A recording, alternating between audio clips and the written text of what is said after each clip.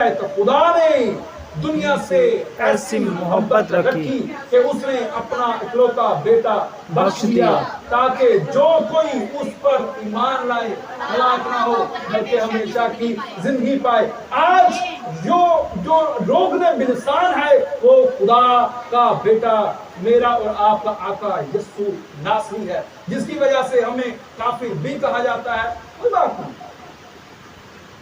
لیکن ہم ایمان رکھتے ہیں کہ بلسان خدا کا بیٹا یسوع ناصری، کیونکہ اس کے مار کھانے سے ہم نے شفا پائی ہے۔ بے شک کس کے مار کھانے سے؟ یسوع مسیح کے نام۔ تو بلسان کا پودا کہاں پہ پایا جاتا تھا؟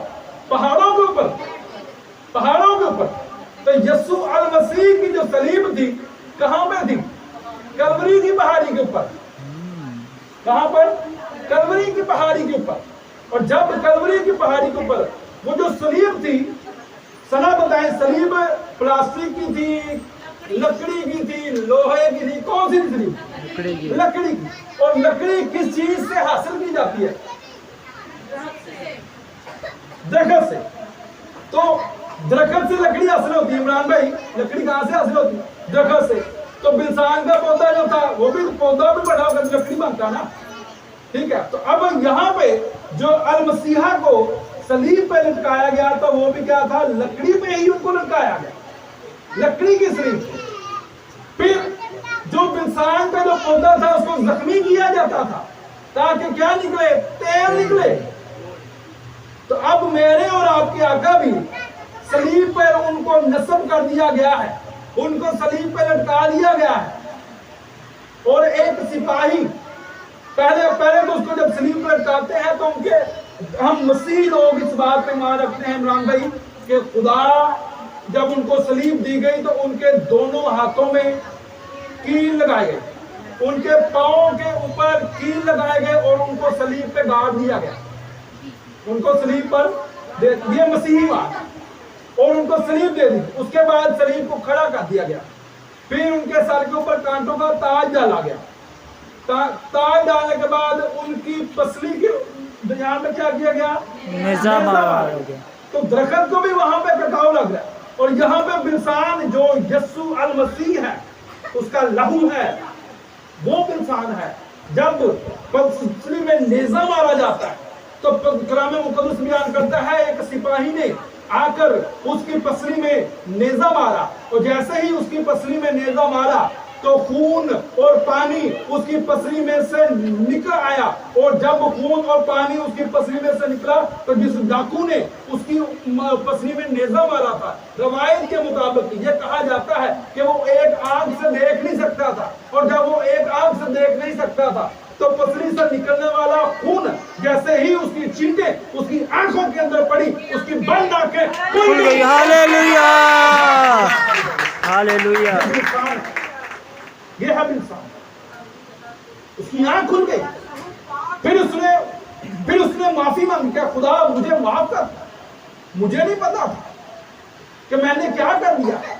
اور بات یہیں پہ ختم نہیں ہوتی، وہاں پہ کلام مقدس میں لکھا ہے جیسے ہی میرے یسوع مسیح کا لہو اس صلیب سے نیچے گرتا ہے، تو جب صلیب سے نیچے لہو بہتا بہتا نیچے پہاڑ سے نیچے آتا ہے تو ارد گرد کے جو قبرستان ہے جب ان قبروں میں جاتا ہے تو قبروں سے مردے واحد نکل آتے ہیں، اور ہم ایمان رکھتے ہیں کہ ان مردوں میں انبیاء بھی تھے، ان مردوں میں اولیاء بھی تھے جو یسوع مسیح کو دیکھنے کی خواہش کرتے تھے، لیکن وہ مر گئے تو خدا نے ان کی خواہش بھی پوری کر دی۔ ہاللیلویا۔ اور قبرستانوں میں سے مردوں نے، انبیاء نے اٹھ کے میرے آقا کا دیدار کیا، جیسے شمعون کہتا ہے کہ میری آنکھوں نے تیری نجات دیکھ لی۔ تو یروشلم کو قاتلوں کا شہر بھی کہا جاتا ہے، یروشلم کو شہر قاتل بھی کہا جاتا ہے، جس کے بارے میں کہا جاتا ہے کہ اے یروشلم تجھ پر افسوس کہ تو نے تو نبیوں کو بھی نہ چھوڑا۔ تو چاہے 1,24,000 ہے، چاہے 1,44,000 پیغمبر ہے، جتنے انبیاء کا قتل یروشلم میں کیا گیا کسی جگہ پہ اتنا قتل نہیں کیا گیا۔ تو روغن بلسان خدا کا بیٹا یسوع کون ہے جی؟ یسوع خدا کا بیٹا